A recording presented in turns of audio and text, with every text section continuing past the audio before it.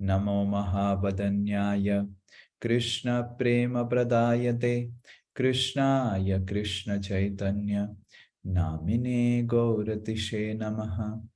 He Krishna Karuna Sindhu Dinabandhu Jagatpate Gopesh Gopika Kanta Radha Kanta Namastute Tapta Kanchana Gaurangi Radhe Vrindavaneshwari Vrishabhanu Sute Devi Pranamami Hari Priye Namo Mahavadanyaya Krishna Prema Pradayate Krishnaya Krishna Chaitanya Namine Gauratishe Namaha Vancha kalpataru kripa sindhubhya evacha patitanam pavanebhyo vaishnamebhyo namo namaha.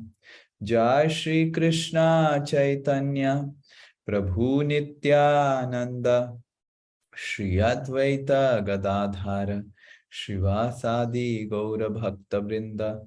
Hare Krishna Krishna Krishna Hare Hare Hare Rama Rama Rama Hare Hare Mukam karoti vachalam Pangum langhayate girim Yat kripa tamham bande Shri Guru Dinatarinam Shri Paramananda Madhavam Shri Chaitanya Mishwaram. Hare Krishna. I welcome all of you to our morning Srimad Bhagavatam class. I hope all of you are able to hear me attentively. Hare Krishna.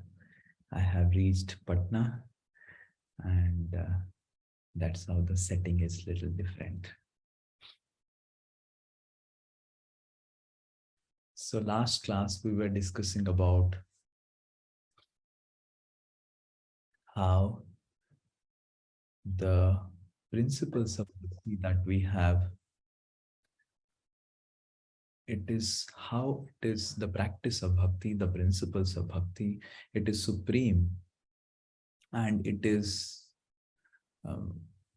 not dependent on anything. Bhakti is actually independent of any other factors. Sometimes one may say, oh, I do not have, I am, like sometimes people say that, oh, he is such a poor person. How he will practice bhakti? He has to work so hard throughout the day and he doesn't have any, he's pulling rickshaw.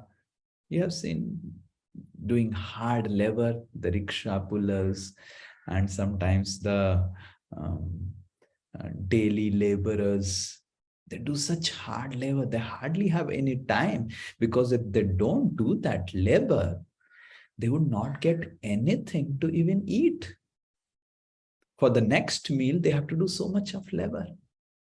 Now one may consider, oh, how these people will advance in Krishna consciousness. They just don't have time to sit and learn like all of you.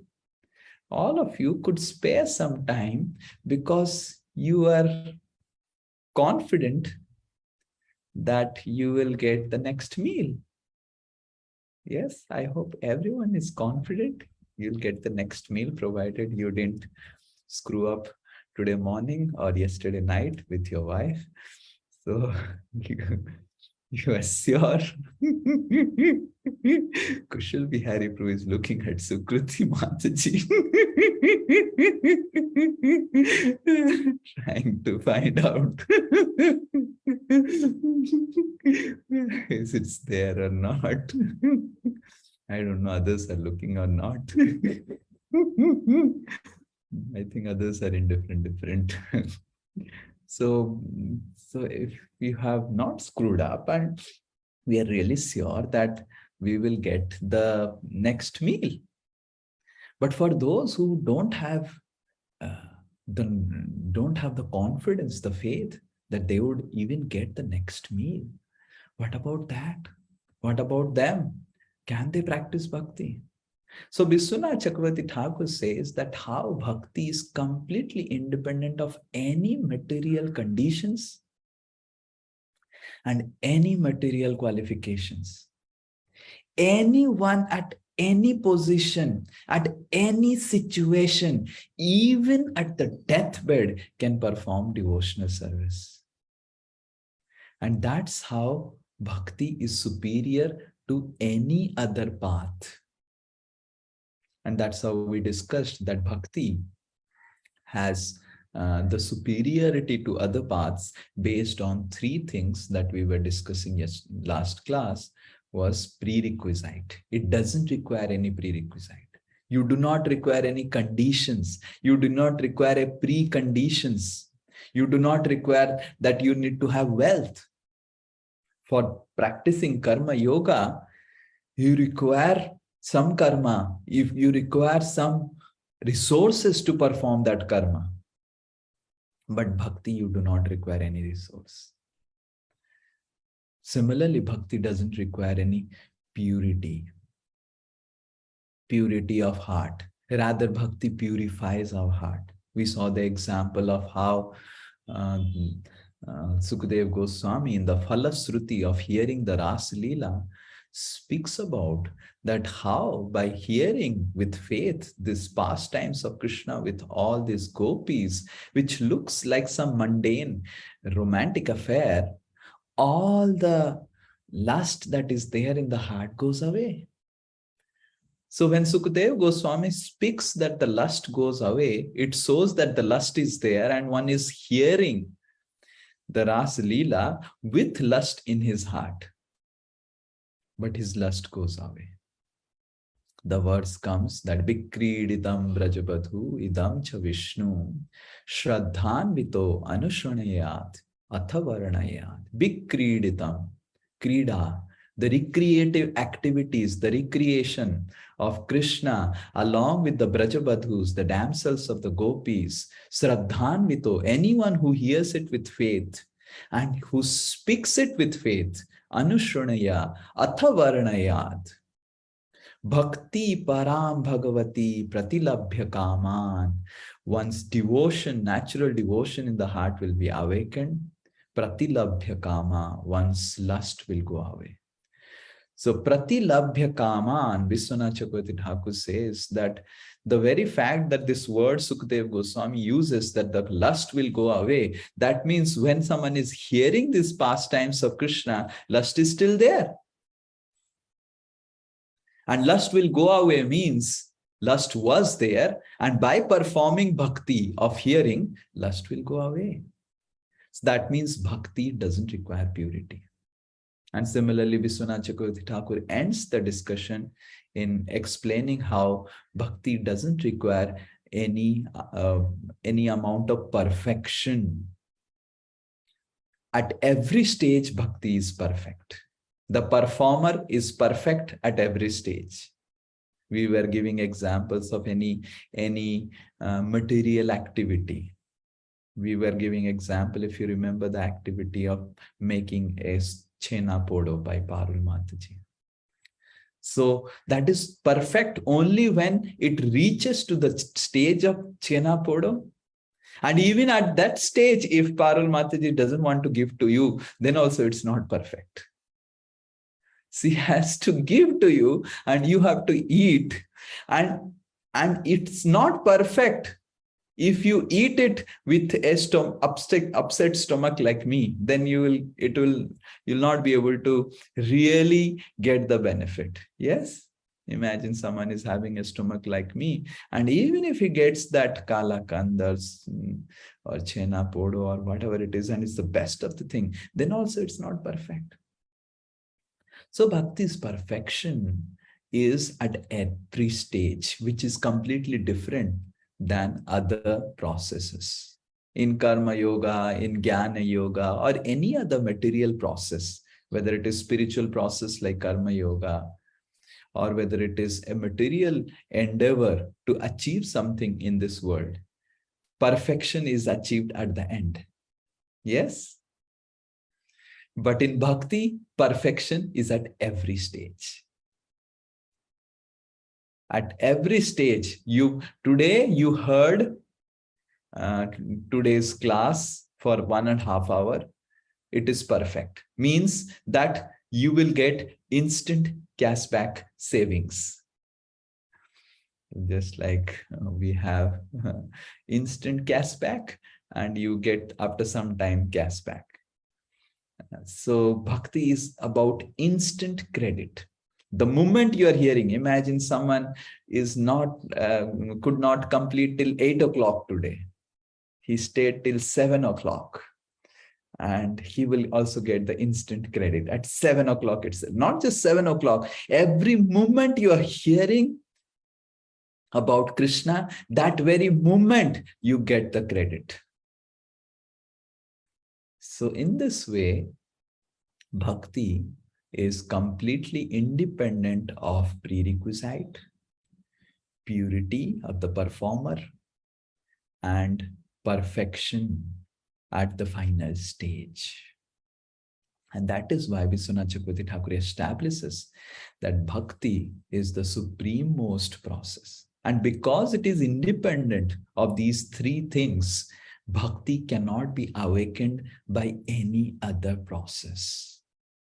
So then what awakens bhakti is what Vishwanath Chakravarti Thakur asks the readers the next question.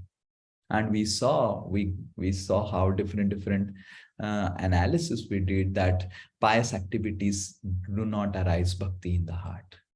Because if pious activities can arise bhakti, then pious activities are superior to bhakti, but which is not. So that is why piety, one may dig wells, one may give charity to orphanages, one may give blankets in the winter, one may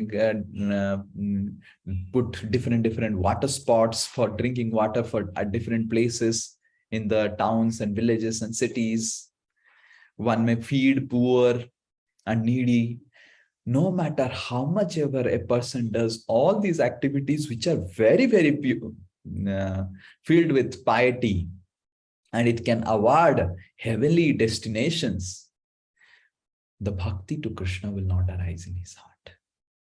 Similarly, one may do a lot of impious activities. One may murder, one may exploit ladies, one may steal, one may do all types of impious activities. That will also not ensure that you will get bhakti.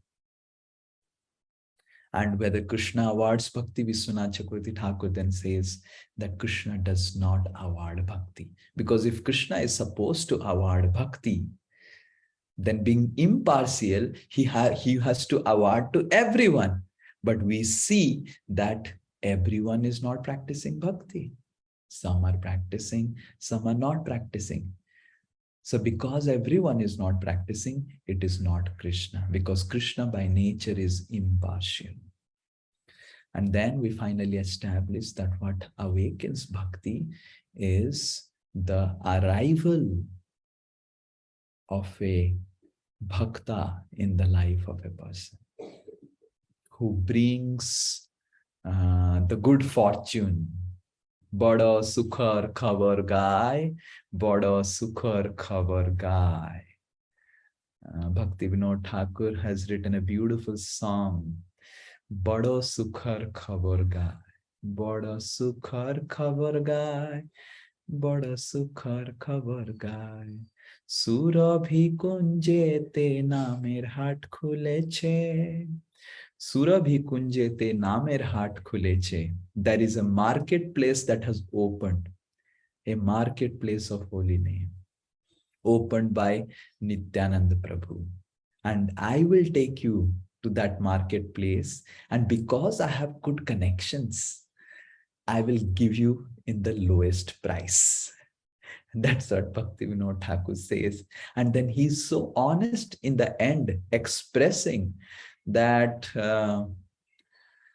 I am very honest. You may say that I am doing it out of complete, without any motivations, but I have motivations. Because if I take you to the marketplace I will also get commission from Nityanand Prabhu's. I will get the mercy, the commission of his mercy. So I'm being very honest.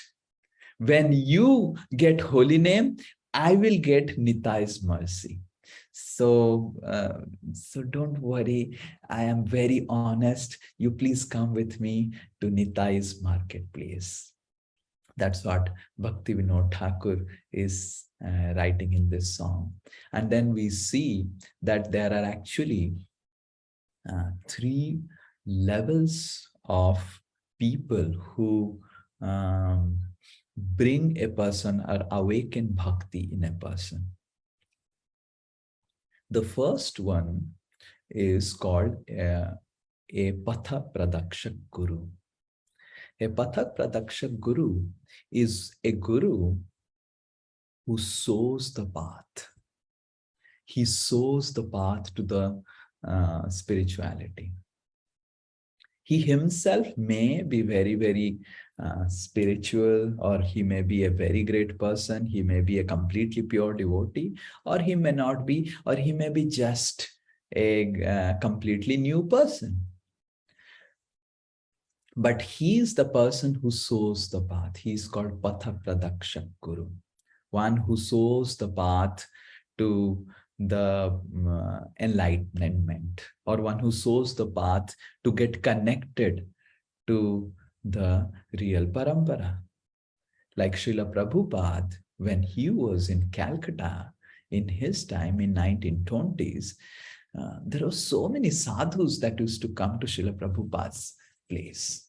And Srila Prabhupada was not impressed by any of them, because the sadhus would come and would ask for donations. They would not be pure in their habits. And you know how Calcutta is and India is. And Srila Prabhupada would never feel impressed by any one of them, any of these sadhus. So he had practically not a very respectable idea about these sadhus. He didn't had a good idea in his mind about these sadhus. So there was one person, Srila Prabhupada's friend, called Naren. Now, Naren was not a devotee, but he heard that a very great sadhu, a very great personality named as Bhakti Siddhanta Saraswati has come to give his discourses in a place called Ulta Danga Junction Road.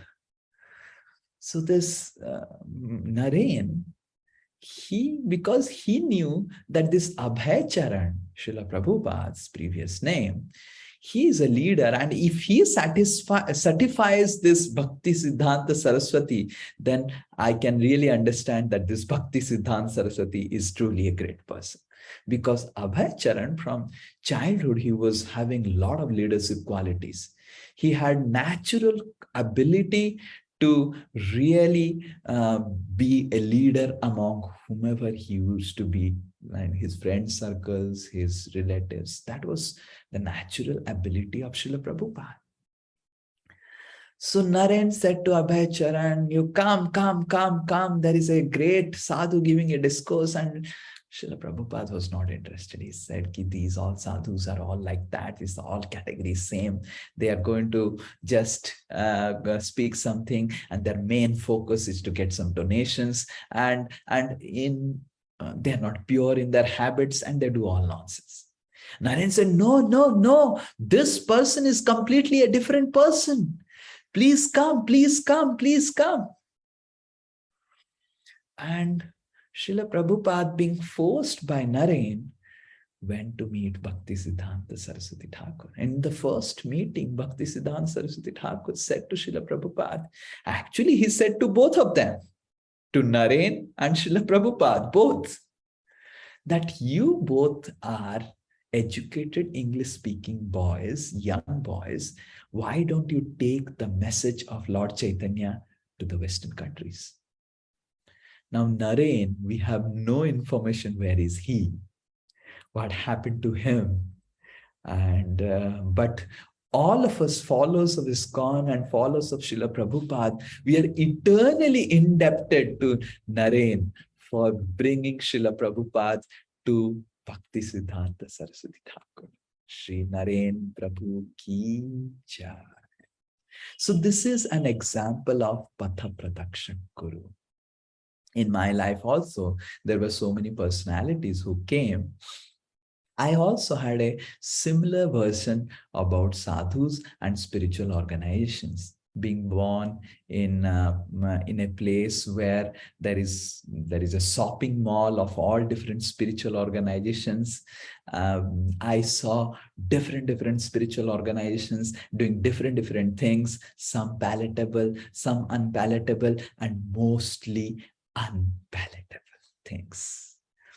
Because of which, though I had a lot of interest to practice spirituality, practically from childhood, I had no interest to get married and do something for the society to establish the principles of dharma and to become a sadhu, to wear the saffron robes. That's what I had a desire from my childhood.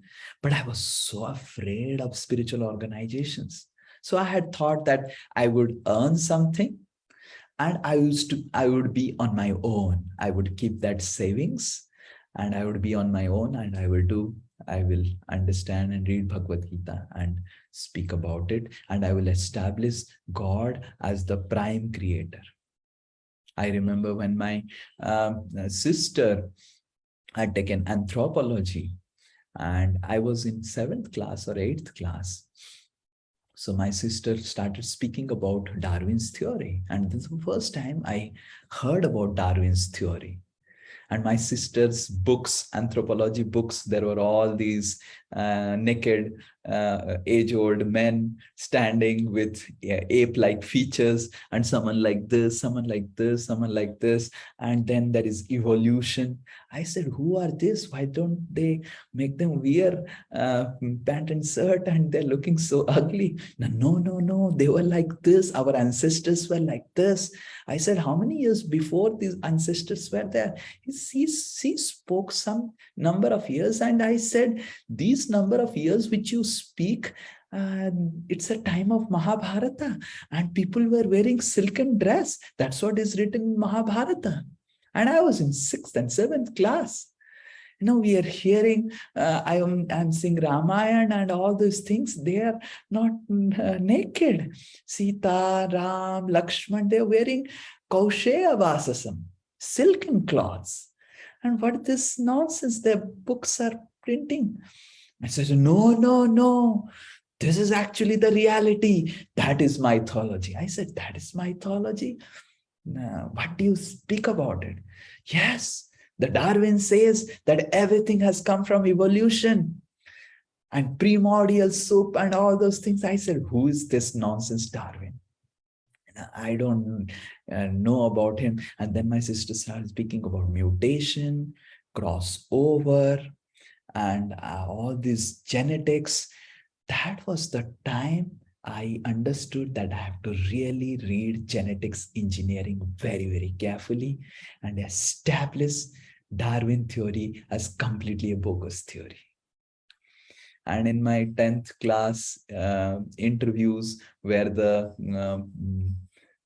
TV shows had come when I was declared topper, and then in the 12th class when so many TV channels had come, they asked me, what do you want to do? I didn't say that I'll become a sadhu, but I said, my goal of life is to do genetics engineering and prove Darwin theory as wrong.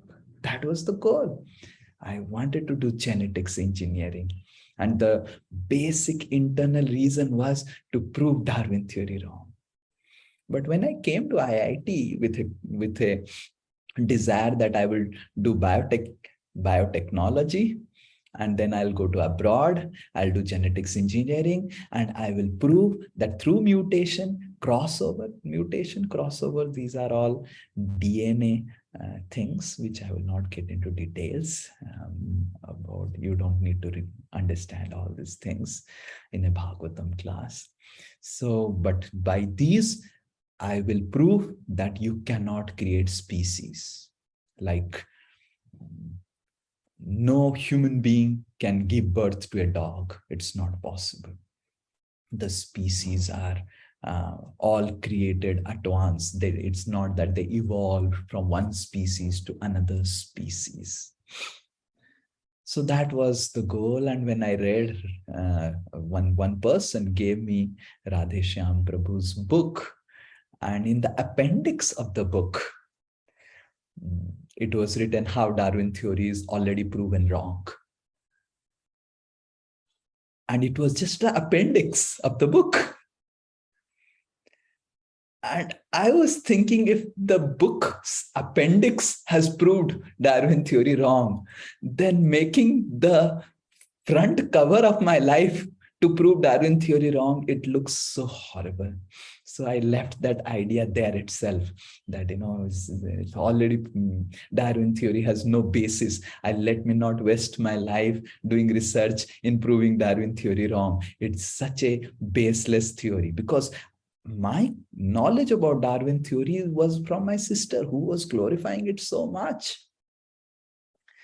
So, but the person who gave me the book, the person who actually, I was very skeptical to go to ISKCON, very, very skeptical, very skeptical. The first question I asked to a ISKCON devotee in our ISKCON Youth Center in IIT Kharagpur was, do you sell drugs here? That was the question I asked. And there is a devotee in Pune who is a brahmachari now. His name is Antartui Prabhu. And he started laughing. And he said, because I was topper in the institute, and other devotees were really trying hard, because I was so spiritual minded. I used to get up early at 2 o'clock in the morning. So it was in the entire IIT, in the first year batch, it was a news that there is one person who is called as Kailas Giri Baba. They used to call me Kailas Giri Baba, who is the topper, who is SDN, who is staying in a top floor, and who gets up at 2 o'clock in the morning, We sleep at 4 o'clock, 5 o'clock in the morning, and he gets up at 2 o'clock in the morning, and he does some pujas. He goes to the washroom and chants loudly the mantras. He's some Panditji who has come. And that's how and he's a topper. And because I was topper, my Panditjis, all the Panditji affairs was famous. Everyone knew that there is some Panditji. And other devotees who were second year, third year, who were already connected with ISKCON, they were wondering why this Panditji is not coming to ISKCON, and he's a topper. If he comes to ISKCON, and then everyone will really appreciate. And I was like, the devotees would come and call me for Mangalarti at 5:30. I would say my head is paining and all those things. I would not go, and I need to take rest. I have to study. I never took studies so seriously. If I would have taken studies seriously, then I don't know where I would have been.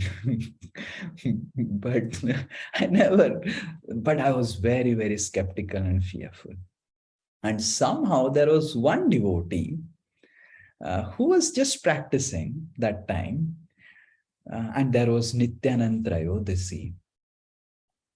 And during Nityanand Trayodasi, in the evening, there was a program. And he said, Ki, today there is a festival in the center. You have to go. I said, what festival? Now he said, Nityanand Trayodasi. I said, who is Nityananda? And he said, Ki, we are chanting Jai Shri Krishna Chaitanya, Prabhu Nityananda. This Prabhu Nityananda's birthday. I said, Prabhu, I thought that Prabhu Nityananda will be there and there will be some festival. I said, no. This Prabhu Nityananda, 500 years before he appeared, but today is his some birthday. I said, okay, you go. I would not go. I don't know where is that place, and I don't know. They do all nefarious things and all those things. These spiritual organizations are very, very dangerous. And he said, no, you have to go. I said, I will not go. Then he said, I will take you. I said, okay, we will see in the evening. And in the evening, I got fever. And I said, look, I have got fever. I will not go. He said, I will take you. I will take you on my bicycle, but I will take you. I have to take you. I said, what do you mean you have to take me? You cannot take me without my permission. Now you have to sit on my cycle. I have told the devotees that you are coming. I am bringing the topper. I said, Hare Krishna. So I said, no, I will not give pain to you. I will not travel in your bicycle. I will travel in my cycle. So I took a Calpol, paracetamol, and within half an hour there was sweating, and I started driving cycle, and I reached the place. And by that time I reached the place, there was some class going on, which on culture. I could not understand anything what he was speaking. His Grace Sri Guru Charan Prabhu from Pune, he was speaking on some culture and how spirituality protects the culture, how the Indian culture is getting spoiled and all those things. And in the end, there was dancing kirtan. And I was like seeing everyone dancing and all. By that time, other students had almost spent so many months in the center, because of which they were fully used to the culture. And they were just jumping, dancing. And I was just standing in one corner because I had no faith at all that these people are proper people. I was just thinking maybe they have given some drugs to them and making them dance like this. That is what I was thinking. And that's what in the end I asked when the kirtan got over, there was prasadam. So I was given a little bit of special treatment because I was the topper, and they all were looking at me. Oh, STN has come to this place. So I was feeling very embarrassed. And then Antadvip Prabhu came and he sat with me, and he gave me gajar ka halwa. And that was the first time I took gajar ka halwa. I had heard from my sisters that all these celebrities, Shahrukh Khan, Salman Khan, and all those people, they love gajar ka halwa. I'd never taken gajar ka halwa. So they brought gajar ka halwa, and I said, oh, my sister used to speak a lot about it because many celebrities take it, but I had never tasted it. He said, oh, you take more, you take more. But I was very skeptical to take the gajar ka halwa because I was fearful that it contains drugs. And these people are jumping because of the drugs. So I asked, I hope you don't mix drugs in all these foods, because I see that people are jumping and doing all this.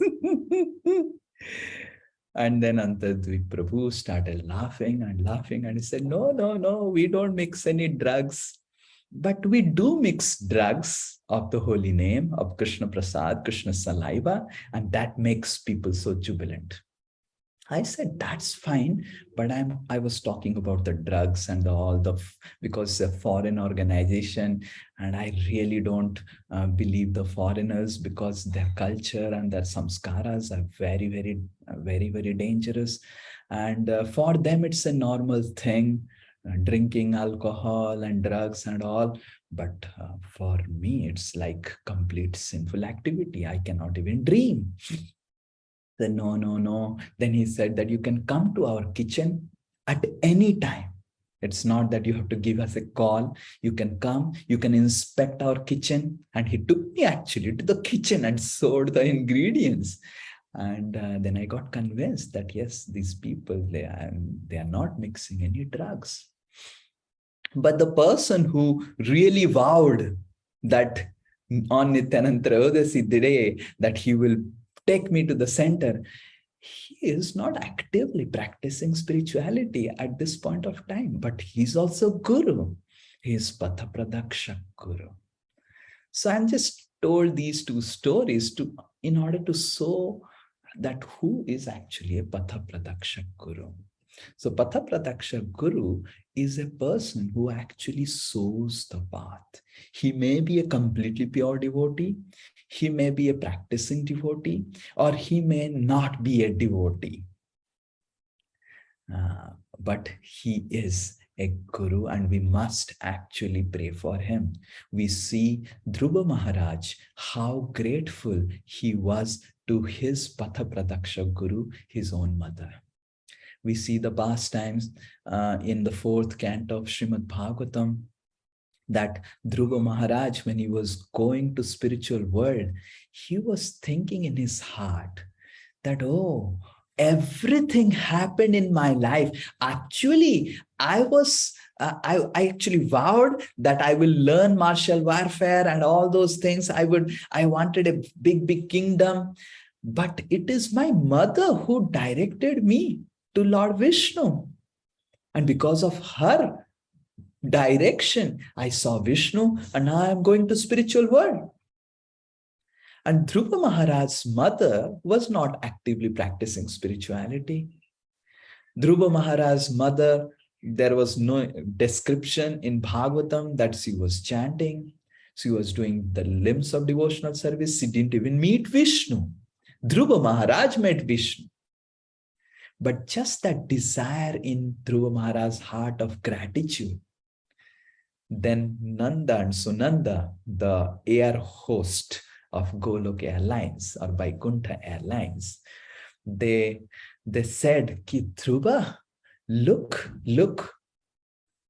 And when Dhruva Maharaj looked, Sukadeva Goswami says, he saw that his mother is going ahead in another plane to the Vaikuntha.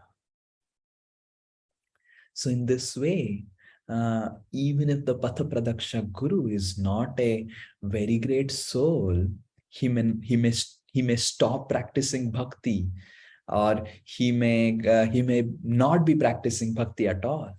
But if someone sows a path to someone else, and the other person whom he has sown path becomes a pure devotee, the other person also gets the benefit. That's how great the process of bhakti is. Just imagine how powerful the process of bhakti is. But the point of discussion is that bhakti is awakened only when one connects to a bhakta. And the first connection who directs us to the Guru Parampara is called a Patha Pradaksha Guru. And that Patha Pradaksha Guru can also be a very realized soul. And he may be also the person who gives siksha to us. So then there are two gurus who are realized souls who are in the platform of Madhyama Adhikari, called the Siksha Guru and the Diksha Guru. Both can be a same person or both can be different person. For some, Siksha Guru and Diksha Guru are the same. For some, it is different. But these two gurus, Siksha Gurus and Diksha Gurus, are the personalities who train the disciple in his journey back to God. Siksha is who gives primarily the Siksha, and Diksha is who gives the formal initiation and connection to the Guru Parampara. But the primary, most important reason of our connection to the Guru Parampara is following the instructions. And that is why the process of bhakti is not just about Diksha. It is actually about getting trained in Siksha. We get Diksha to get trained in Siksha or become very, very, because we are also external. Like, for example, I remember when the new session will start. This is a good example. When the new session will start in the month of March or April, we'll have some new books. And my father, if I remember, would tell me to put the brown cover on the books and the notebooks and all those things. After many years, I used to wonder why I did all those things. But I remember, because of doing those external activities of putting a brown cover, taking the book very nicely. Oh, this is my new book for the new session. This is the notebook. I developed a lot of respect. and enthusiasm and interest to read the books. Those external formal processes of taking care of the book, binding the book, taking or putting cover to the book, or writing the name to the book, and just seeing the book, it inspires us to take to the process of reading the book. Exactly, the process of Diksha is like that. The process of Diksha is a formal initiation. It's a formal external process of connecting us to the Guru Parampara. It's not that just by sitting in front of a fire, it's not that muttering some mantras, we just get connected. Connection is established internally when we vow to follow the instructions of Guru, when we vow to get trained under a person. But because we are so external, we have been advised to do all these external processes so that it gives an impression on our mind that, oh, that was the day when I formally got connected. I must, throughout my life, follow the instructions of the spiritual masters and the Guru Parampara. So the process of Diksha is something like putting some covers and all those things, some external things and all. It's a very external process in order to inspire the internal commitment in us. Because we are so external now, we are now Bahirmukha. Our consciousness is external. Whenever we see something external, like for example, Krishna exists everywhere. But imagine if Krishna, and when we offer food to Krishna, Krishna takes. But if imagine Niharika offers one laddu to Krishna today, and then half of the laddu is not there when she comes out and takes from the parda and removes. Oh, Krishna took. And that will be a big news. Oh, in Dasosmi family, that the picture will be clicked. And, oh, Krishna has taken from the hands of Niharika, and Ansuman Prabhu will see the hand of Niharika and say, oh, my dear wife, your hand is so special. These hands are the hands with which the laddu was personally taken by Krishna. And my goodness. And then all the ladies of Dasosmi family will say, Niharika, how fortunate you are. From your hand, Krishna cut the laddu into half and he took. My goodness, where is your lotus feet? Where are your hands? We want to put it on our head. Please bless us, Niharika. Now, the incident of Krishna taking half of the laddu is Krishna took that laddu, and when we are offering laddus at other times, when Krishna doesn't take the half of the laddu, that time also Krishna was taking. But then no one cares for Niharika. Niharika offered a laddu. I also offer a laddu. Because we are so external, when something external happens, we think that, yes, Krishna has taken a laddu. But actually, Krishna takes the laddu. If someone offers it with devotion, if someone chants the mantra and approaches Krishna through the Guru Parampara and Srimati Radharani, Krishna takes the laddu. Whether the laddu is half, whether the laddu is existing like that, Krishna takes the laddu. But because we are external, that is why we get affected very much when something external happens. And that is why the process of getting trained under a spiritual master has also certain external things. And these external things are like the process of initiation, which is completely done in a very, very grand way. The fire sacrifice is done. The person goes in front of the spiritual master and he takes the vow.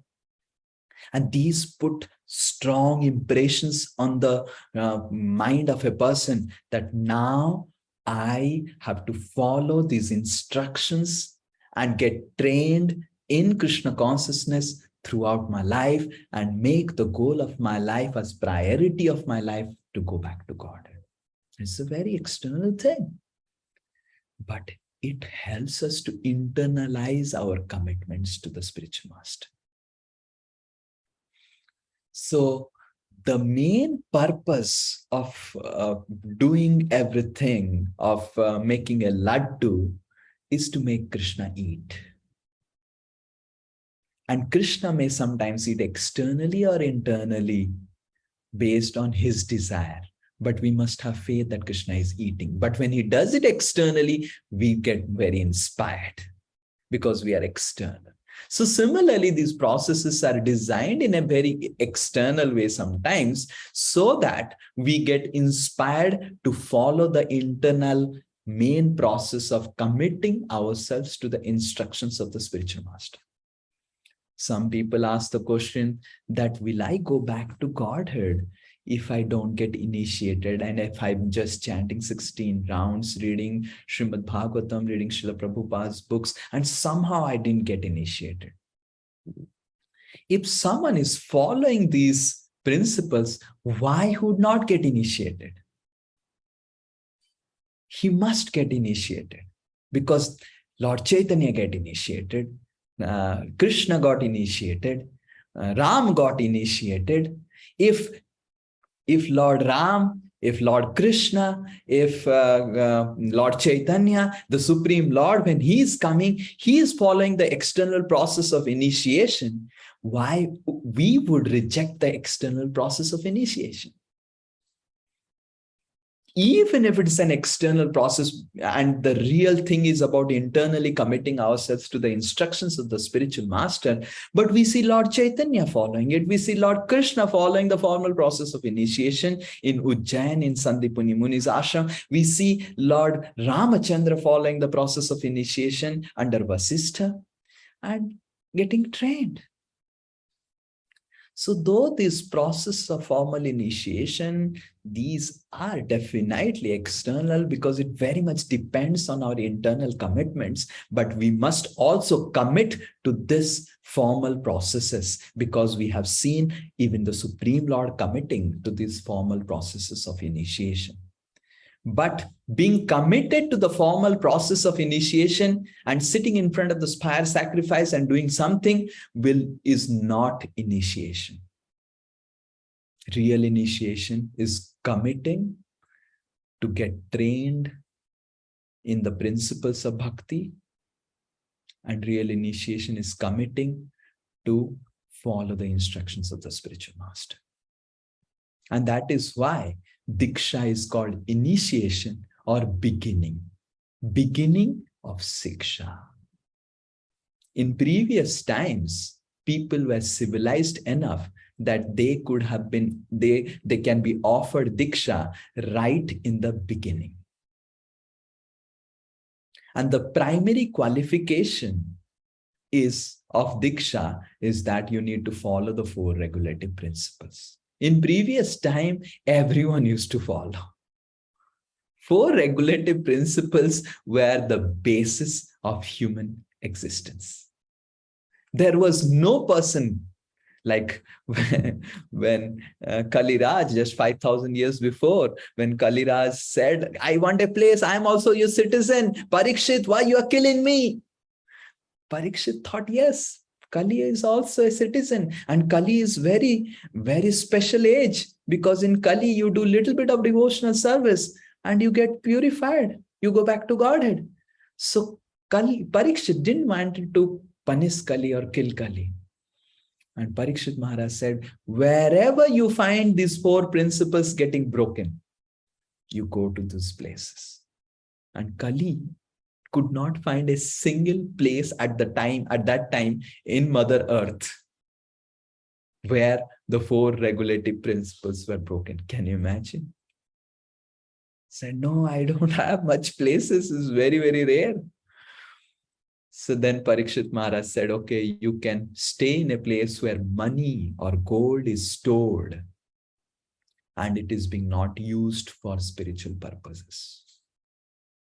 And then Kaliraj was happy. But even just 5,000 years before, it was very difficult to find a person breaking the four regulative principles.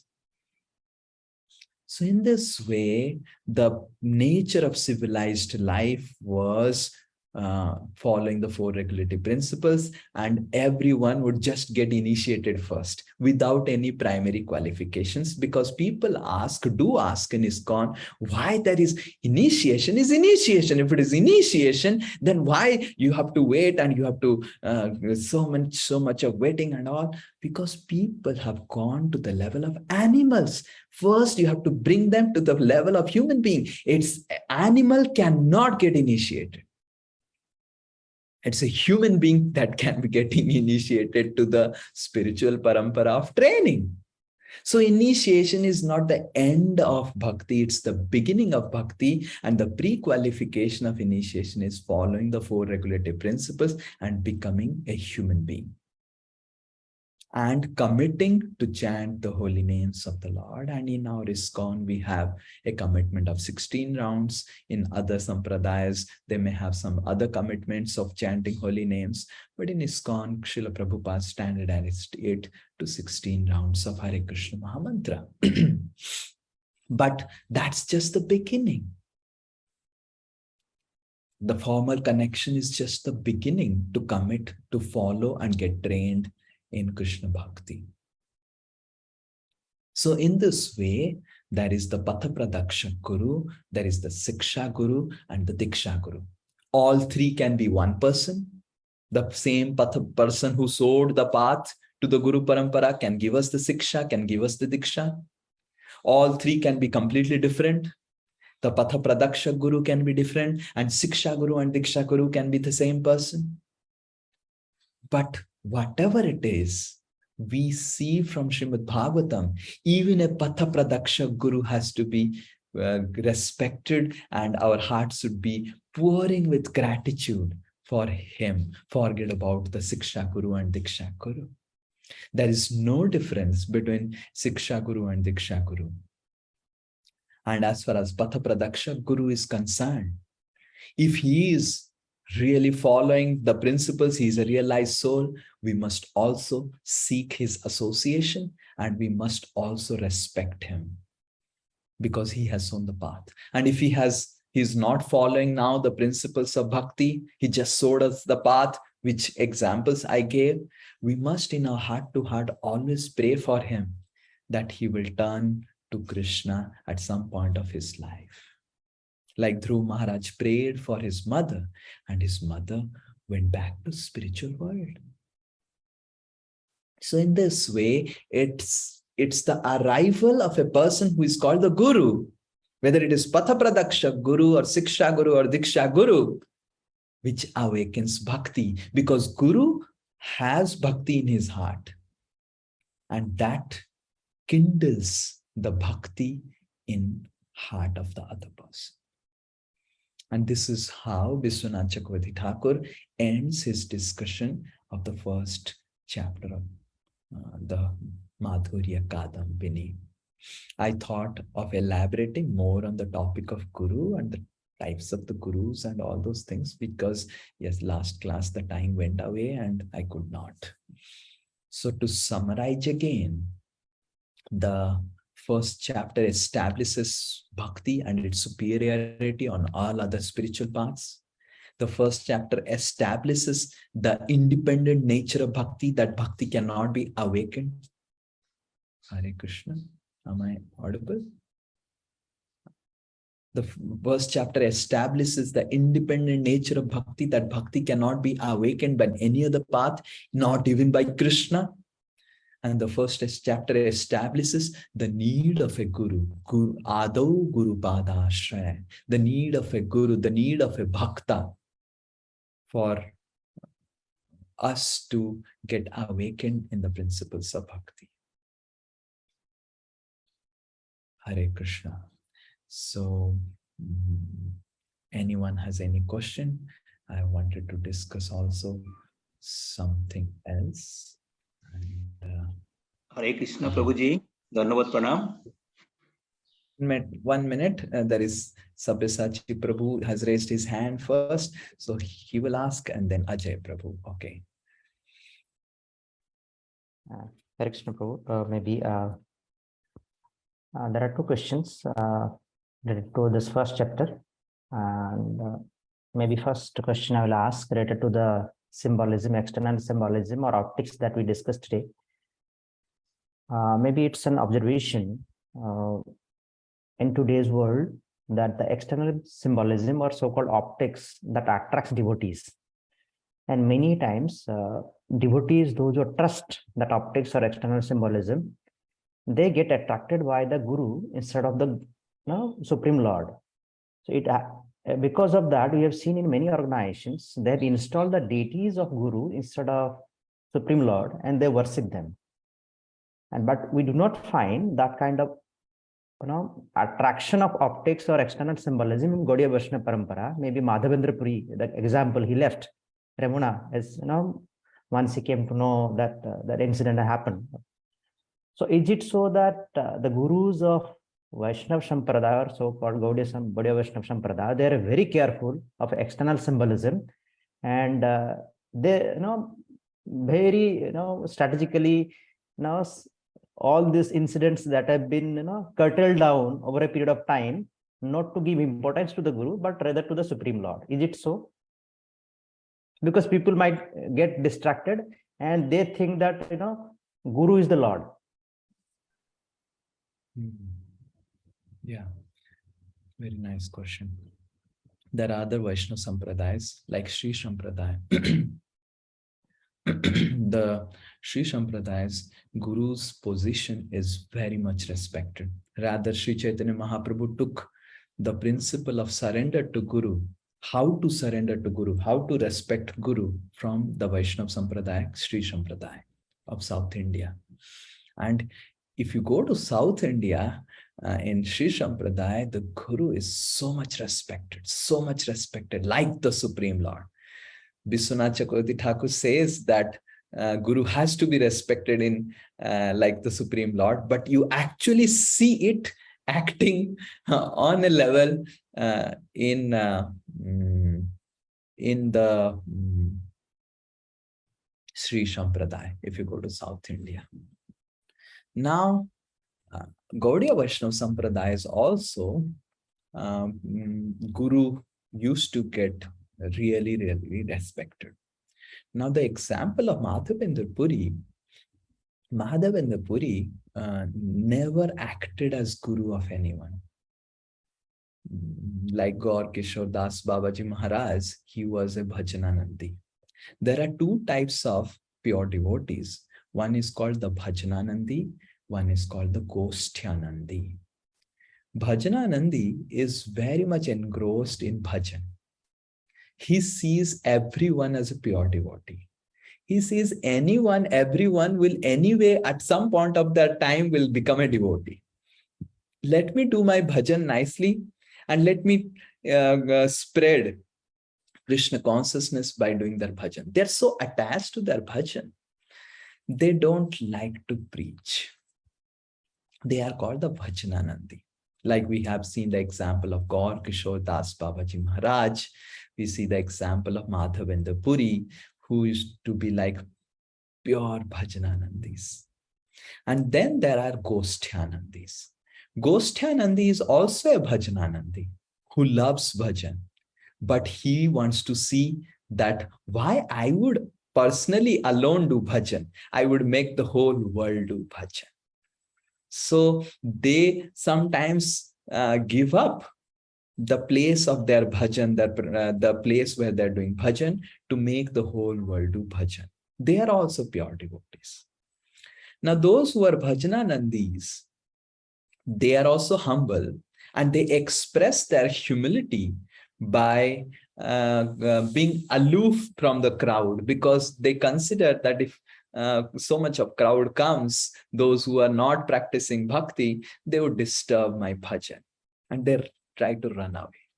But those who are Goshtyanandi, they are also sometimes pure devotees, but uh, um, they accept the honor and respect of the public, so that the public, when they respect them, they can follow them, because you follow whom you respect. Yes, you cannot follow someone whom you do not have respect. So this Goshtyanandi is also a pure devotee. He is also humble, but he accepts the respect. He accepts the grand reception by people, so that in people's heart, that respect inspires them to follow his instructions. And a Goshtyanandi is a preacher or a guru who does that for benefit of the disciple. So from the point of view of guru, the guru should consider himself as the most insignificant menial servant of nothing any glorious. But a disciple should never consider guru in that way. A disciple should consider guru exactly in the same position as God. Though guru is not God, Sakshat Hari, he is directly representing the spiritual master. The disciple in his heart to heart should have full conviction that his words are Krishna's words form. It is our choice whom to accept as guru. We are not forced to accept this person as guru. But whomever we decide and choose that he is guru, we should understand that his words are like words of spiritual master. So that is why there is a word of caution before selecting just anyone and everyone as guru. We sometimes speak it very casually. He is my guru. But we don't understand the gravity in the statement of making someone as guru. Making someone as guru means making him or his words as the instructions, direct instructions of the Supreme Personality of God. We have our time that we can choose our guru, we can wait, but we must understand that when we get convinced that he is my guru, or we just say, we should not say it casually. We must understand that he represents Supreme Lord in my life. He is not Supreme Lord, he represents Supreme Lord in my life. So this is about the humility. So the Bhajananandi who does not accept the respect of the outside public is also very humble. When the Goshtyanandi is humble, but externally he appears that he is taking so much of respect, but he is taking the respect for the benefit of the public, so that the public, when they see that someone is being respected so much, the public follows the instructions very nicely. Right? So this is the difference between a Bhajananandi and a Goshtyanandi. And as far as the question goes about our sampradayas and other sampradayas, our sampradayas also has grand reception about gurus, grand receptions. But being our sampradaya, being a Madhurya sampradaya, where sweetness is more given prominence than Aishwarya. So the respect to Guru is also given in a very sweet way. But in other sampradayas, because it's a Aishwarya Pradhan sampradaya, Sri Sampradaya is a Aishwarya Pradhan sampradaya, where Aishwarya is given prominence, grandeur is given prominence. But Gaudiya Vaishnav Sampradaya is a Madhurya Pradhan. Madhurya Pradhan Sampradaya means where sweetness is more prominent than Aishwarya. Like in Vrindavan is Madhurya Pradhan. Dwaraka and Vaikuntha are Aishwarya Pradhan. Both are spiritual world. So similarly, Gaudiya Vaishnava Sampradaya is Madhurya Pradhan.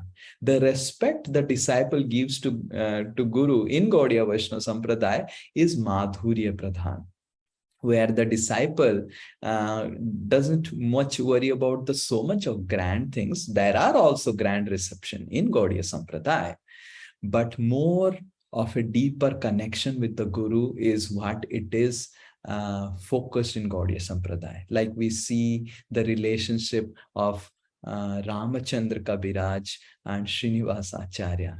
The relationship was so sweet. So sweet. There was so much of respect that Ramchandra Kabiraj gave to Srinivasa Acharya. But more important is how I can perform devotional service with my Guru. And he is the person with whom I will eternally perform devotional service. And that's how we see Srila Prabhupada's disciples. They always say, wherever Srila Prabhupada goes, I will go. They may not be always, they also worship Srila Prabhupada and all those things. We also in ISKCON do Srila Prabhupada's worship and all those things. But it is not as grand as the other sampradayas, but the mood is of a Madhurya Pradhan. We want to, wherever our Guru goes to and does service, we want to assist our Guru and we want to follow the mood of our Guru. My Guru loves to do this thing. I will also follow in his steps. So that is Madhurya Pradhan, Guru Parampara, our Gaudiya Sisya Sampradaya. It is not Aishwarya Pradhan. The respect to the Guru is given by following the mood of the Guru. If my Guru loves to do these things, I would also love to do these things, because that is more important in our Gaudiya Sampradaya. It's more of a very more connection established that we will do together bhakti, and I will completely make my mood same as the mood of my spiritual master. This is also available in other sampradayas, but in Gaudiya Sampradaya, there is this Madhurya Pradhan aspect, where Aishwarya of doing big worships are not given prominence. Even Radha Krishna worship, what we do in our temples is actually not the Radha Krishna worship. We worship Radha Krishna in the temples in ISKCON like Lakshmi Narayan. The Radha Krishna worship that is done, this is not the way to worship Radha Krishna. But because we are not qualified to worship Radha Krishna in the way Radha Krishna has to be worshipped, we worship Radha Krishna as Lakshmi Narayan worship, very grand worship.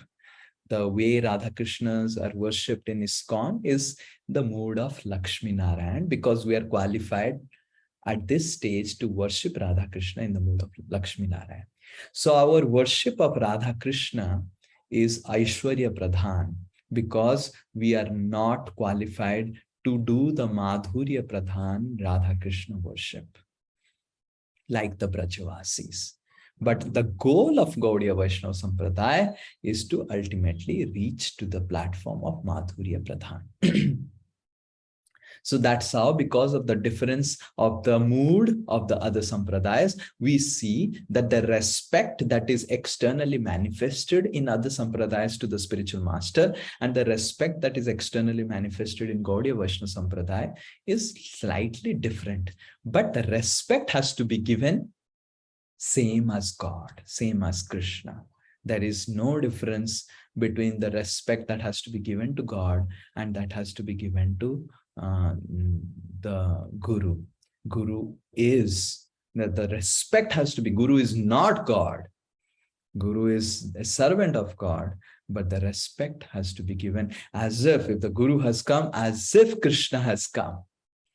So to that extent, the disciples should feel that Krishna has come here in the role of the spiritual master. So that's how we see the external difference. But internally, all the Vaishnava Sampradayas understand that Sakshad Haritvena. In Sri Sampradaya, they respect, and in Gaudiya Sampradaya also, Vishwanath Chakravarti Thakur clearly mentions Sakshad Haritvena Samasta Sastrer Yuktastatha Bhavyata Eva Sattvi. He has to be respected as Sakshat Hari. Kintu, but Prabhorya Priya Eva Tasya. But he is not Hari. He has to be respected as Hari. So Guru has to get the respect as Hari, but not Hari, the identity of Hari. That's it. But from Guru's point of view, this is from disciples' point of view. But from Guru's point of view, he should not think that I have to be given respect as Hari. He should be thinking whatever it is. But if the disciple thinks, oh, he's just a normal person and all, then it will be a misfortune for the disciple. But if the Guru thinks, I am not a normal person, I am like Krishna, then it is misfortune for the Guru. It's like that. If the disciple thinks he is a normal person, it is disciple's misfortune. If the Guru thinks that I am not a normal person, I am something great, then it is misfortune of the Guru. When Srila Prabhupada and one of a sannyasi in Gaudiya Math were discussing in Bagh Bachar one time, this is when Srila Prabhupada was a grihastha, and they were reading Chaitanya Mangal, and where it is mentioned that there will be one Senapati Bhakta. Lord Chaitanya predicts that there will be a Senapati Bhakta who would go and preach in the Western countries about Krishna consciousness. And then this Gaudiya sannyasi was asking Abhaycharan that who would do that? Who can do that? Because at that time, at that point of time, Bhakti Siddhanta Saraswati Thakur had sent one or two sannyasis abroad, but they came back with failures.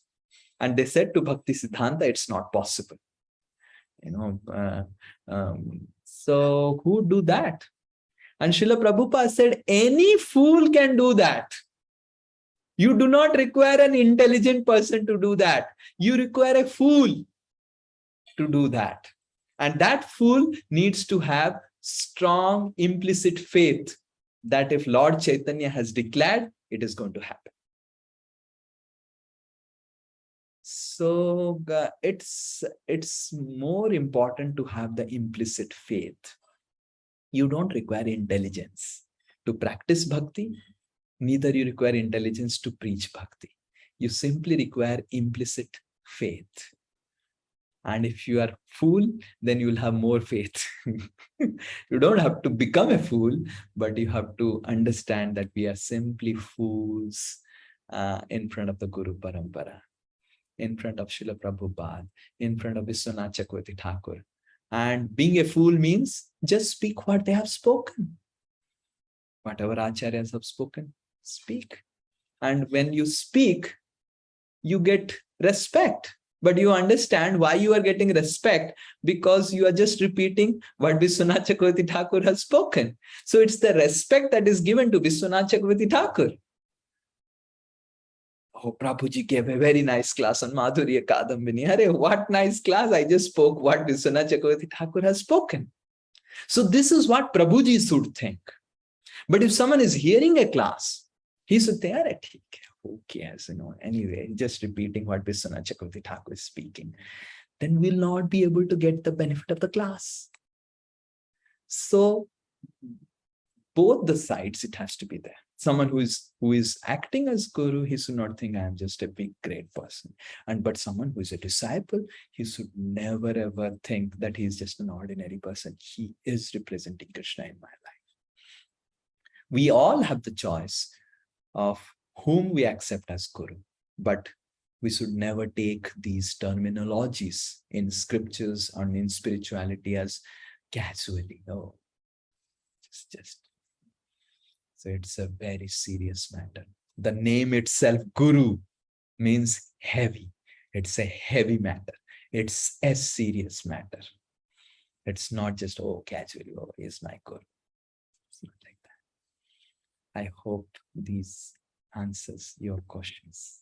Prabhu, my apology, probably I could not put across my question properly. My question was the external optics or so-called chamatkara of Guru that has forced many followers to install the deities of their Guru, because probably in western part of India, southern part of India, and eastern part of West Bengal also, I have been to many temples where there is no deities of Lord. Only deities of Guru is there, because the followers are attracted by the external optics or chamatkar of the Gurus. And they have treated Guru as Lord. And as you rightly said, Guru has to be treated equally to the God, but he is not God. So my question was, so there is a bit of caution in Gaudiya Sampradaya, Gaudiya Vaishnava Sampradaya. So they have put that external symbolism or chamatkar secondary, bhakti primary. That is the reason in our sampradayas, now center is Lord instead of Guru. Guru is of course there, but because of that, exemplary acts which has happened previously. If you see in West Bengal, there are so many temples. You will not find deity of Lord is there. Only deity of Guru is there in western part of India, and they have also started taking Guru Sahasranam instead of Vishnu Sahasranam. We all know that. So because of that reason only, maybe in Gaudiya Vaishnava Sampradaya, because followers have been misguided over a period of time, and this Sampradaya has put a caution. Now you know all the philosophy, but put center to the Lordship. Is it so? Yeah. So this is not just a feature of Gaudiya Vaishnava Sampradaya. This is a feature of all the Vaishnava Sampradayas, of all the bona fide Sampradayas. All the bona fide Sampradayas put God in the center and Guru as a representative of God. In Sri Sampradaya also, it is put like that. In Gaudiya Sampradaya also, it's put like that. In Sri Sampradaya also, the deity of Guru is there. Ramanujacharya's deity is there, which is worshipped. And in Gaudiya Sampradaya also, we worship the deity of Srila Prabhupada. We worship the deity of Bhakti Siddhanta Saraswati Thakur. We worship the laminations of our Gurudev. So, but Lord's position is given the prominence. It's a feature in all the Sampradayas. It's not a feature only in Gaudiya Sampradaya. It's a feature of all Vaishnava Sampradaya. Any bona fide Sampradaya would put God in the center. And all these offshoots, what you are speaking, they're not Sampradayas. They are personality cults. Personality cult and Sampradaya is different. Personality cult is like a personality comes who doesn't accept any other personality, who doesn't accept, he also doesn't have any parampara. He just one man show, he does something, he shows some miracle, gets some followers, and he continues. And he tells his followers that you maintain my deity, did you worship? And then that is a personality cult. Sampradaya means it starts from Krishna. It has to have that connection from Krishna, and it has to go like that. So these are all not Sampradayas. So there is no point in discussing about them. It's like, but definitely the mood of respecting Guru in Sri Sampradaya and mood of respecting Guru in Vaishnava Sampradaya, Gaudiya Sampradaya is different. Okay. Dr. Prabhu, question. Yes, Udit Prabhu. Prabhu, I think Ajay Prabhu. Ajay Prabhu has one question. Yes. Hare Krishna Prabhuji, Dhanavad. Dhanavad. Yeah. So in our life, we need Guru, maybe Diksha Guru, Siksha Guru, or Pathapadasya Guru, and we follow their path. But sometimes it happens that the direction provided by Guru, it may take someone to the wrong path or something, which might impact our life. So how do you identify in advance or come to know in advance that I am going to the right path and the direction provided by Guru is right? Yeah.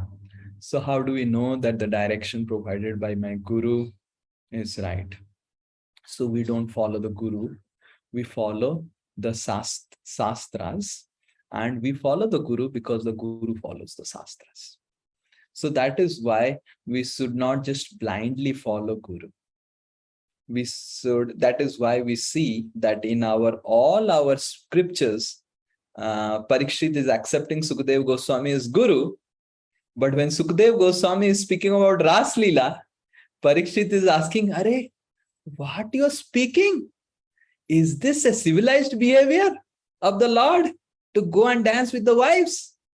Now one may say Parikshit has accepted Sukadeva Goswami as Guru, but how he can ask such questions? Apparently challenging questions to the Guru. So Parikshit is not blindly accepting Sukadeva as Guru.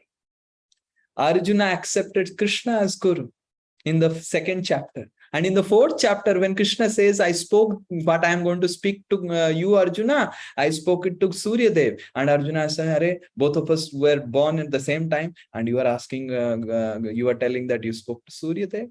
He's asking questions.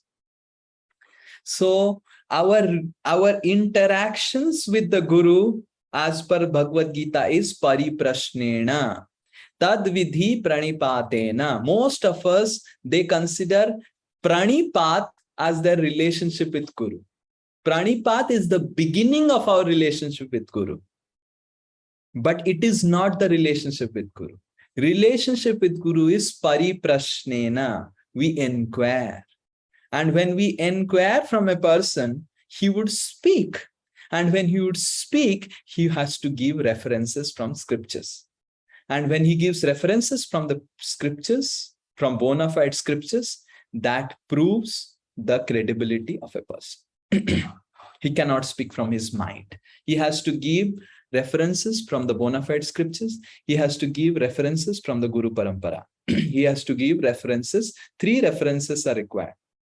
References of Parampara, Acharyas, what they have quoted, references of the scriptures, and references of case studies, examples. So the Guru gives 3 references. So just like a scientific journal, if you want to publish a paper in a scientific journal, you have to give references that establish the credibility of what you're speaking. Exactly in the same way, the Guru becomes credible only when he gives references from the scriptures, from bona fide scriptures. He gives references from the teachings of bona fide acharyas. And he gives references from the case studies. Oh, I said the same instruction to this person. He followed it and his life got transformed. So these 3 things Gurus should give. Then he is accepted. It's not that we just blindly accept anyone and everyone, whatever they're saying. So these 3 things are important. Sastras, Parampara Praman, Sastik Praman, and Phalena Praman. Phala Praman. So Parampara Praman, that he is speaking what the Acharyas have spoken. Sastra Praman, he is speaking from the Sastras. And third, he is speaking from Phala Praman. So whenever a Guru is speaking, he should ensure that these 3 are established. Like yesterday, one Mataji asked me a question that sometimes it seems that the spiritual world doesn't exist. We have not seen, or we don't see that people going to spiritual world, right? So when a question is answered, all the 3 things should be given. The Sastrik Praman should be given, that there are quotations from the scriptures, like there is quotation, Ajamilopi Agad Dhama. Ajamil entered the Dham. That means Dham exists. So there is Sastrik Praman. So similarly, Acharyas Praman. Acharyas have clearly said there is spiritual world. Srila Prabhupada said, going back to Godhead, Chaitanya Mahaprabhu said, Param Param Jigamishor Bhavasagarasya. Param Param Jigamishor Bhavasagarasya. Chaitanya Mahaprabhu said there is Param Param. And Bhagavad Gita, Krishna says that there is Dham. So this is Parampara Praman. And then there is Phalena Praman. There is Praman of so many great souls in ISKCON who actually left this. They spoke about such information about spiritual world, which is not available in any scriptures and which cannot be disproven also while living the body. So, and you see them, they are going to spiritual world. There is no doubt about it. They're going. So in this way, so our relationship with Guru, or the Guru's credibility, or in our heart, the credibility of a person comes through these 3 things. The Praman of the scriptures, whether he's speaking from the scriptures or speaking from his mind. The Praman of the Parampara Acharyas, or any bona fide sadhu. And the Praman of Phala Praman. These 3 things he has to. Then you get the credibility. Yes, is this clear? Yes, Prabhuji. Hare Krishna. Yes, Udit Prabhu. Hare Krishna, Prabhuji. Dhanavad Pranam. Prabhu, you said that Krishna is impartial and he cannot provide bhakti to anyone. And Path Pradashak Guru helps us to connect us to the bhakti. But what is the initiation stage? Like how Path Pradakshak Guru and aspiring devotee meets? Is there a hand of Krishna in that, or is there any other way? Very nice question. I thought of addressing that point yesterday. I hope all of you understood how it happens. How it happens. Like, is that the Patha Pradakshak Guru, how he reaches to a person, right? So yesterday, I got a video. I got a video from one devotee, and I switched on the video and I saw Nitya Rupini Mataji who's attending the class. And I showed that video to Hari Prasad because I'm traveling with Hari Prasad. And I was just simply crying seeing the video, because they have put a small table on the middle of the street, on a busy street in Calcutta, and they have put a Radha Damodar picture, and they have put diyas, and they're just doing kirtan, and whoever comes by the street, come, offer diya and go. This is the missing link. There is no connection of Krishna. It's simply the compassion of a sadhu that sprouts and awakens or begins bhakti in a person. And we see that it's the compassion of the Patha Pradakshak Guru or the Siksha Guru which actually is the missing link. Otherwise, there is nothing else. Yes, this compassion, this compassionate heart is inspired by Krishna. Is inspired because this Guru or this sadhu is in touch with Krishna. He feels that compassion because all good qualities come from Krishna. But it is the personality who has to take the first step. So when I saw the video, I was crying, because when you put a book table or when you put when you give a book to someone, it's very difficult for him to take the book or purchase the book because he has to pay a price. But here is something which he doesn't have to pay any price.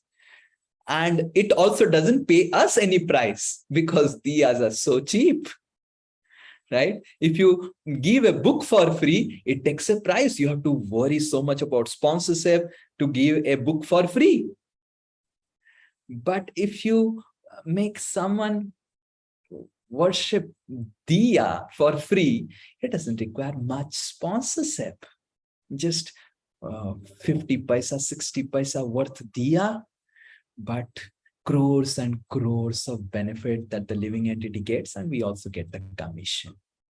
So in this way, the compassionate sadhus devise intelligent means, conceptual means to somehow or other trap the living entity into Krishna's net, who are actually trapped in Maya's net. So they devise a lot of means and everything to pick up the living entity from Maya's net to Krishna's net. So similarly, all of us have that same opportunity. We are all staying in our houses. We have neighbors. We have so much community people, and just invite them for a party. When they come for a party in a devotee's house, they will party, and they will join Krishna's party also. So that's how a devotee's compassion. And devotee can be, oh, theek hai, why I should invite so many people, spend so much of money and feed them for free? Are they not earning? Better I should feed them, those who are rickshawalas, those who are hungry, for free. Yes. But it's the compassion. Oh, if I spend some finances, spend some money, or do something, or spend some of my time, this person will get Krishna Bhakti. So it's the compassion of a sadhu which is the missing link. Otherwise, it is that compassion is part of Krishna's compassion, Radharani's compassion. But the endeavors are the free will of the sadhu. Oh, that answers the question. Yes, Prabhu. Thank you so much. Yes. Sabyasachi Prabhu have another question. Anyone else has another question? Otherwise, Sabyasachi Prabhu. Okay. Yes, Prabhu. Maybe this is in continuation of the first class and the second class today we discuss that bhakti is, devoid of stages, or conditions. Is it so that Chaitanya Mahaprabhu has said that Khaite Suite Yatha Yatha Namlo, Kaldesh Niyam Nahi Sarva Siddhi Hai? If it is so, then maybe many times we keep hearing that no, for chanting the names, you need to have this conditions. Or it is for the neophytes who we just started bhakti, or maybe such a certain condition we put it, or it is for applicable for everyone. Yeah, correct. So Lord Chaitanya says that wherever at the time of eating, sleeping, and all those things, you chant Hare Krishna. So does that mean that chanting Hare Krishna doesn't require any conditions and all those things? But we see that we put so much of conditions, we put the aparats and all those things. So when Lord Chaitanya speaks about this verse, that Khaite Suite, his main intention of speaking this verse is that he wants to speak that at every point of time you chant Hare Krishna. So we chant Hare Krishna as our sankalpas, and we chant Hare Krishna beyond our sankalpas. So the conditions and regulations that are involved, which we speak, is about the conditions for the sankalpana. So when we take some sankalpas of chanting certain names, then we also take the sankalpa. These names have to be chanted with particular way. And those who are sankalpa bihin naam, that is just chanted just to keep us in always remember Krishna. So at the time of eating, at the time of chanting, at the time of bathing, at the time of cooking, we all chant the names. And that is no much of conditions are applied and all those things are applied because they're sankalpa vihina. But for a practicing sadhaka, it is important to take sankalpa. Whatever sankalpa Guru says. Guru sets, like Srila Prabhupada has set a sankalpa of 16 rounds. So if we want to claim ourselves as Srila Prabhupada's followers and the followers of the Gaudiya Vaishnava Sampradaya, so we take a sankalpa of chanting 16 rounds, or we in the initial stages take some sankalpa of chanting 4 rounds or 8 rounds or 6 rounds or 10 rounds or whatever it is. But that sankalpa, yukta, naam has to be taken with certain amount of regulation. So when Lord Chaitanya is speaking about these things, he is speaking about chanting Hare Krishna incessantly, always. But currently we are not at the stage of chanting Hare Krishna incessantly. So it's about practice. So when it is a practice, it has some regulations. Just like when we do a handwriting practice.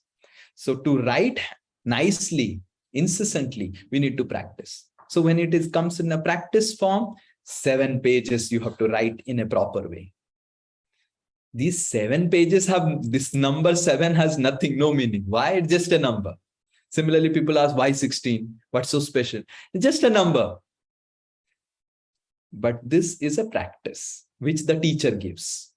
Just like the teacher gives 7-page handwriting likhna. Srila Prabhupada as a teacher, 16 mala karna. But 16 mala is not be all and end all of life. 24 hours chanting Satatam Kirtayanto Mam is the be all and end all of life. But 24 hours chanting is what Lord Chaitanya is speaking, Khaite Suite every time. And Srila Prabhupada is speaking about 16 rounds as practice like a teacher. Like a teacher, he is speaking that 7 handwriting likhna and achhe se. 16 mala is the passing mark. Yes, we pass the Guru Parampara thing. It's not the full marks. Full marks is Satatam Kirtayanto Ma. But to reach that full mark, at least I should pass.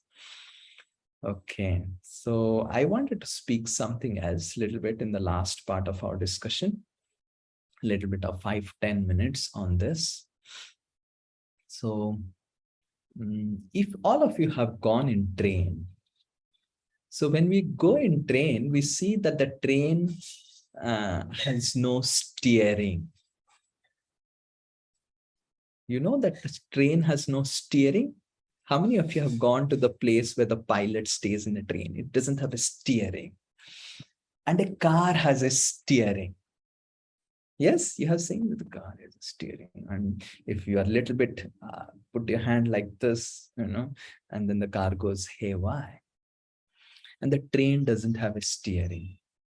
It goes seamlessly. It has acceleration, deceleration, and gear systems and all, but no steering.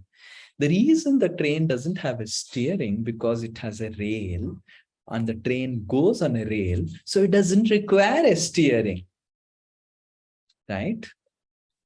So exactly in the same way, we are trying to steer our journey to spiritual world, but our mind is very chanchal.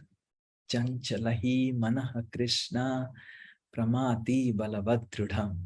And constantly we have to steer our mind. It's a constant struggle to steer our mind. But imagine a situation where we shift our journey of spiritual world from a car structure to a train structure. Then the process of steering will actually be easy. In a car structure, it's a very struggle. You have to constantly steer. But in a structure of a train journey, you don't steer much. The reason I'm speaking about this thing is because that when we plan and make a routine in our life of practicing spiritual life, those are like rails which protect and control our mind, which helps us not to struggle too much to steer our uncontrolled mind. A journey to spiritual world without planning, practicing bhakti without having proper plans is just like taking a drive in a car with your mind. And mind is very chanchal. So you have to be constantly alert, always. But driving a train, it is smooth because you do not have to constantly be steering. And since we are practicing bhakti with a very uncontrolled mind, it is better to use the planning as the railway tracks so that the struggle involved in steering our mind becomes less. Our mind becomes very, very chanchal, goes here and there and all those things the mind does because we have no plan for the mind. So when we do not have plan for the mind, mind has a plan for us. Hare Krishna. And then mind has a plan to make us a real monkey and take us to hell. So before the mind plans for us, we plan for the mind and give that this is the plan, which is like a railway track. So before the tires plan where they want to go, like the mind, we plan for the tire and set the track, you go like this. Correct? This is the difference between train and a car. So this planning helps to control our mind. And mind control is very, very essential to practice bhakti seriously. If our mind is not controlled, then our practice of bhakti becomes very superficial and we do not benefit from the bhakti because it is through the mind that we nourish the soul and get strength. It's the mind which gets purified. It's the mind which is actually surrendered to Krishna. Manaso deha geha jo kichu mehor and mama mana mandire. So it's the mind which is offered to Krishna. Mind is the seat of the emotions and Krishna needs our emotion. But if our mind is not controlled, then our mind's emotions will be directed to bahirmukha things. And our bhakti will be very superficial. externally doing all the bhakti, but internally in our mind will be somewhere else. Because, and or trying to bring back the mind will be a big struggle, like a car journey. But if we shift the journey of our bhakti from a car journey to a train journey of putting the railway tracks of proper planning for the week, planning for the month, planning for the year, planning for the day, then you would see that your spiritual journey would become very, very relatively smooth. I will not commit that it will become smooth. I'll say that relatively smooth. So in that way, this is month of Kartik, and we get very much mercy of Srimati Radharani in the month of Kartik. So generally, I follow this style of in Kartik, making some planning for the year, making some resolutions for the year. So I would request each one of you to really sit down, because Kartik is just about to end, and today is a Sunday. It's a holiday for all of you.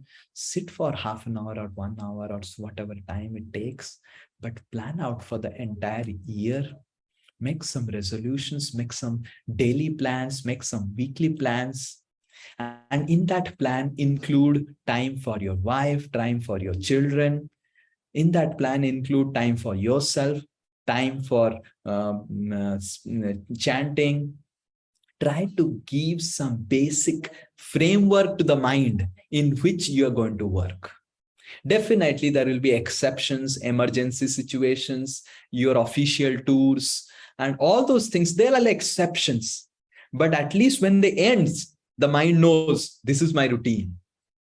So try to put and make a plan that what all books you would like to read, what all lectures you would like to hear apart from whatever you are hearing, how you would make more out of the lectures that you are hearing in the morning classes you are attending, how you would, what's the plan that you would improve your chanting, what time you can do the chanting so that it improves. Make a proper systematic plan. Even the Prabhujis who are working, or the ladies also who are working, they can make a plan of financial planning, what all investments you do. So it's good to do all the planning, spiritual planning, financial planning, investments, everything in the month of Kartik, and because for devotee, everything is spiritual. And beg from Srimati Radharani, the Marshi, to follow these plans. So there are two types of plans as far as the great plan makers are concerned. One is a long-term plan, which we make a yearly plan. So we yearly plan first, a framework, like a something you have seen in Bengal. It is famous if you have seen how the Durga Devi is built. The bamboos and the straw is put. You have seen Durga Devi getting made as first. So that's the framework. That is called the yearly plan. Oh, these are all yearly things. That is. And then from yearly plan, trying to make some monthly commitments. Divide them into 12 parts. And then from the monthly commitments, try to every month sit down for 15-20 minutes once in a month to break them down to weekly commitments. And I will tell you, at least just putting faith on my words, try to do this for 1 year. You will see, you will find that your mind is so peaceful and calm and controlled. First, make a yearly plan, break it down to monthly sections, and break the monthly sections into 4-week sections, and also have a daily routine. This is generic daily routine. This is the daily routine I will follow. But make plans about what books, how I will improve the quality, what quantity I will do, how many rounds I would chant, how I would chant the rounds, how I would take more association of my Gurudev. So generally, for a devotee, there are 3 things which Lord Chaitanya Mahaprabhu has said, that categorized. So you all can also plan in these 3 categories. One is called Name Ruchi, or commitments, our own personal spiritual commitments. So this is one thing definitely all of you can plan out about your own personal spiritual commitments. The second thing is Vaishnav Seva, our contribution to the society of Vaishnavas. We are earning something. What contribution I would like to make to the society of Vaishnavas so that the preaching happens, the compassionate mission of Lord Krishna goes on. So what financial contribution I'll make, what contribution of giving classes, or what contribution, a compassionate contribution of arranging some programs I would make throughout the year. So this is about contribution to the society of Vaishnavas, Vaishnav Seva. And the third one is Jive Daya. What classes I would like to give, what I would read so that I can speak, whom I would like, how I would like to connect other people who are in my vicinity or contacts or something, or what plans I have to really reach out to those who have no conception about Krishna consciousness. Try to make plans in these three categories. One is our personal commitment. Second is about our contribution to the society of Vaishnavas. And that contribution includes even our wife and children. They are actually the closest Vaishnavas we are associating with. So how I'll give time to my wife, how will I give time to the children? Because sometimes it happens, if you do not put everything on paper, sometimes we are just giving time to wife, and we forget giving time to Krishna. Sometimes we are just giving time to Krishna, and we forget giving time to wife and children. That praying when this person will come out and this. Or sometimes we are giving time to children and wife and Krishna, but we are forgetting our career, our finances, and they are all haywire. So if we make a proper plan, we will not go here and there. There will be like railway tracks. We know how our finances will go for the year. We know how our spirituality will go for the year. We know how and what all avenues I have to give time to my children, to my wife. So everything, put them on paper. In a month, when I will spend some exclusive time for my wife and children. In a week, when I'll spend exclusive time for my wife and children. In a month, time, how I'll spend exclusive time with Krishna. And how I can spend some exclusive time with Guru, speaking and discussing my doubts, my struggles, and get information from him so that I can go ahead in my spiritual life. So all these things you try to analyze and put it down into commitments, contributions, and compassion, and try to make a proper planner. We have some 4 or 5 days remaining for the Kartik, and I wish all of you good wishes for the entire spiritual year ahead. Make this year more closer to, make yourself more closer to Krishna in this year ahead in 2022-23. Hare Krishna.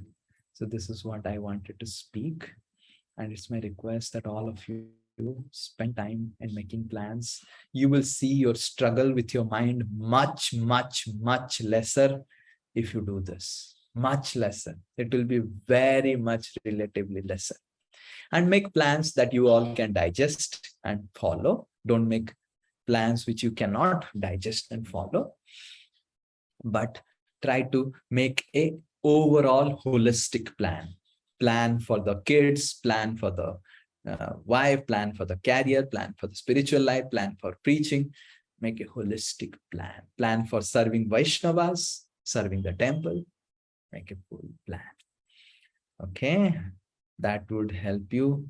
And it has helped me over last 15, almost 17 years of practicing bhakti from 2000. And my father actually trained me to make plans, and I saw because of that my mind was very, very controlled.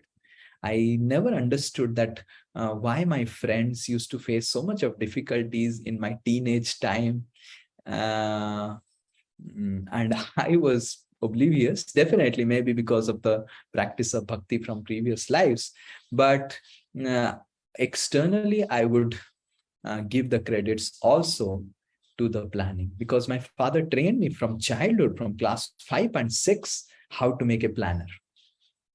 And in my teenage, my mind would be so controlled because of the planet. I know this is what I have to do and I have to achieve. So before I entered teenage, my father trained me to always live a life with a planner. In the beginning, it may be looking very boring that my life is now within a planner book, but understand, mind will make your life interesting and nicely take you to hell. Hare Krishna. So let's not live a life surrendered to mind.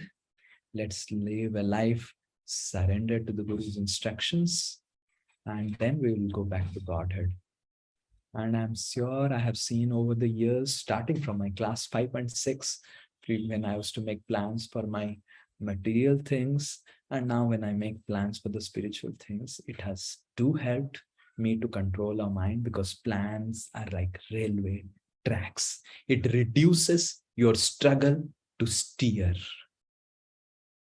I hope you understood the analogy and you understood the assignment or exercise that all of you have to do.